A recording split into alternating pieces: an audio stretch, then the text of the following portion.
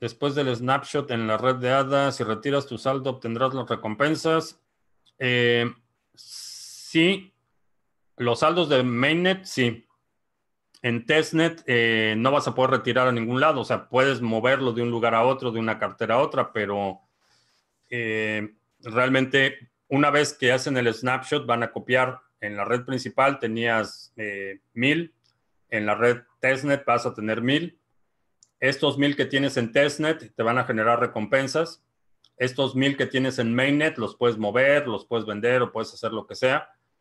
Al final de la prueba, únicamente vas a poder regresar a mainnet las recompensas acumuladas, los 1000 iniciales, que eran copia de los 1000 que estaban en mainnet, esos no los vas a poder retirar, esos se destruyen. Únicamente las recompensas acumuladas son las que vas a poder regresar a mainnet.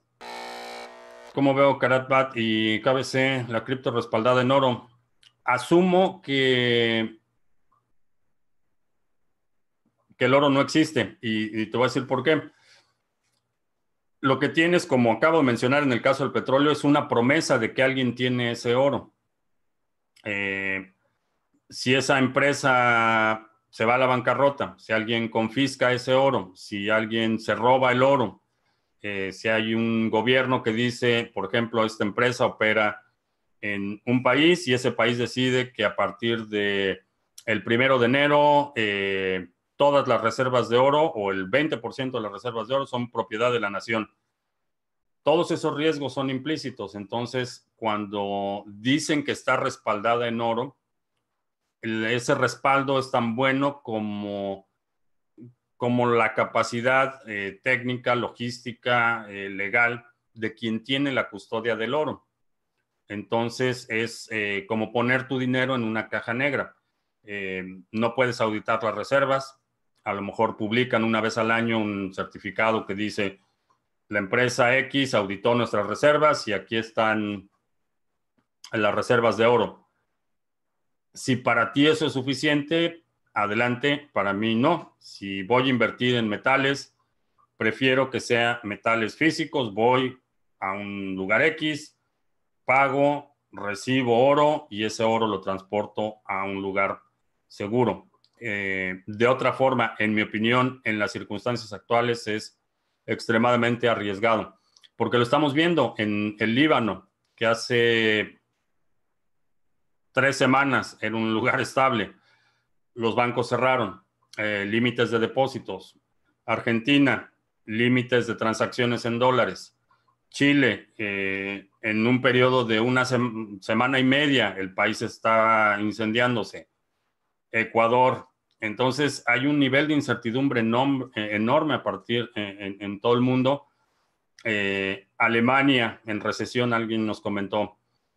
De las mayores, dos de los lugares con las mayores reservas en oro son los dos que mencionaron, Hong Kong, Singapur sería el tercero, y Alemania. Tienen bóvedas privadas de oro impresionantes.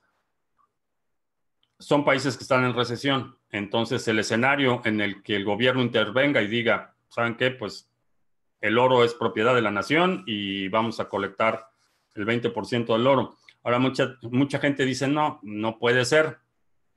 Bueno, en 1973,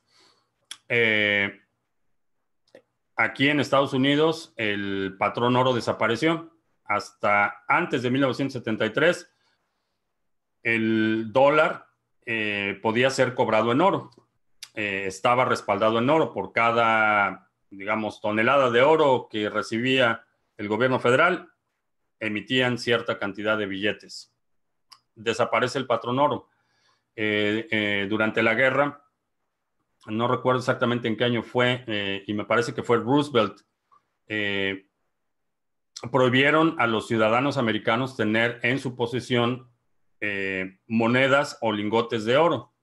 Y el gobierno dijo, tienen que entregar todo el oro, lo vamos a pagar a razón de $35 por onza y Si a partir de esta fecha tienes físicamente posesión de oro, eres un criminal y vas a ir a la cárcel. Eso sucedió aquí y mucha gente no se acuerda, pero sucedió aquí. Ha sucedido en otros países que de la noche a la mañana la posesión privada de metales preciosos queda prohibida por ley y si no lo vendes al precio que dice el gobierno, te meten a la cárcel o te lo confiscan si te encuentran y después te meten a la cárcel. Eso ha sucedido. Entonces, en lo personal, sabiendo esto, a mí no me da ninguna paz saber que tengo $1,000 en tokens de alguien que dice que tiene oro. Para mí no es suficiente, a lo mejor para ti es suficiente o conveniente, pero entiende exactamente las implicaciones de esa frase respaldada en oro o en platino o en cualquier otra cosa. Estamos viendo los movimientos en los mercados. Creo que es una buena oportunidad para que revises tu posición de flujo de efectivo en criptomonedas. Tenemos el seminario Cash Flow y Criptoactivos. Es un seminario en 2 partes en la que hablamos de rápidamente el concepto de cash flow o flujo de efectivo. Hablamos de la diferencia entre criptoactivos y activos tradicionales, las 3 clases de inversión que te generan flujo efectivo en el sector de las criptomonedas. Hablamos describo la fórmula del interés compuesto y te doy una metodología para que puedas tener crecimiento acelerado, acumulando más rápido. La guía para hacer un plan personal y tienes las preguntas abiertas, tienes acceso a los 2 videos, a las 2 partes del seminario por el mismo precio y es un seminario bajo demanda, puedes acceder al contenido de forma inmediata. Confiscar BTC, contradictorio. No es contradictorio, ha sucedido. Por ejemplo, en el caso de Ross Ulbricht, el creador de Silk Road, le confiscaron Bitcoin y cómo sucedió, obviamente fue una operación bastante sofisticada. Lo detuvieron cuando tenía su laptop abierta, lo arrestaron con una laptop abierta y con la laptop abierta tuvieron acceso al control de esas carteras. Entonces, la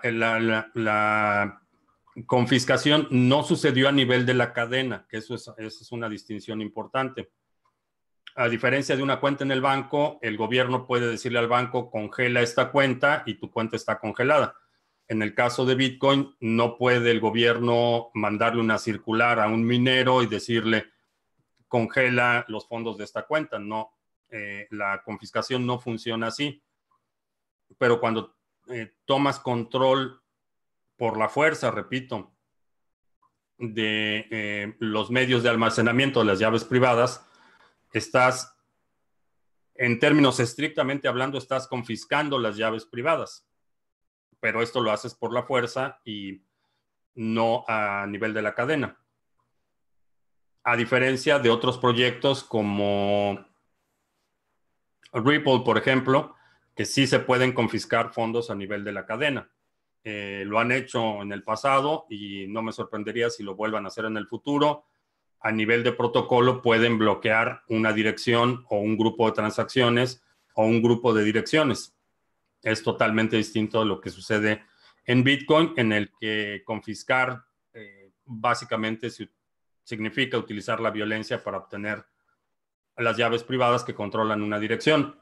Confiscarlo no es a nivel de la cadena. ¿Por qué luego de los halvings se sube bastante? Es interesante, es un fenómeno eminentemente psicológico. Sabemos los halvings, ya están programados, son parte del protocolo, sabemos que el intervalo, cada cuándo va a haber un halving y lo sabemos hasta el año 2140 que se emita el último Bitcoin. Es el efecto psicológico de la reducción repentina del suministro. Es básicamente, ese es el resultado. ¿Por qué sube tanto?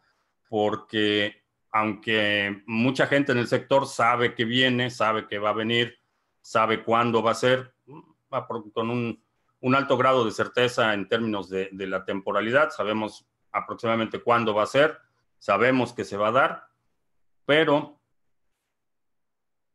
en el resto de la población no tiene idea muy clara de qué es lo que está pasando. Entonces, llega el momento del halving, empieza a crearse el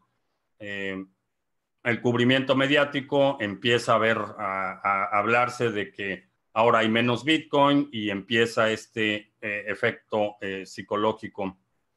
No tiene que ver en sentido estricto,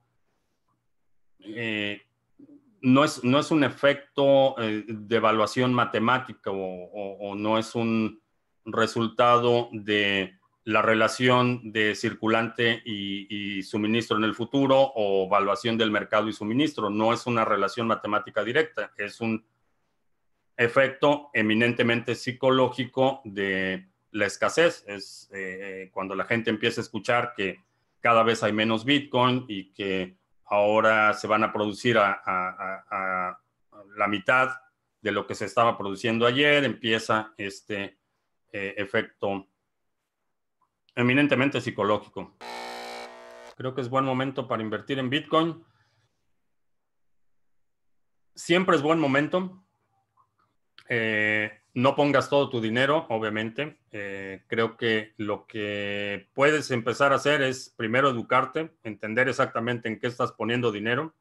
Segundo, asegurarte que tengas la custodia, que tengas una cartera donde tú vas a controlar tu Bitcoin.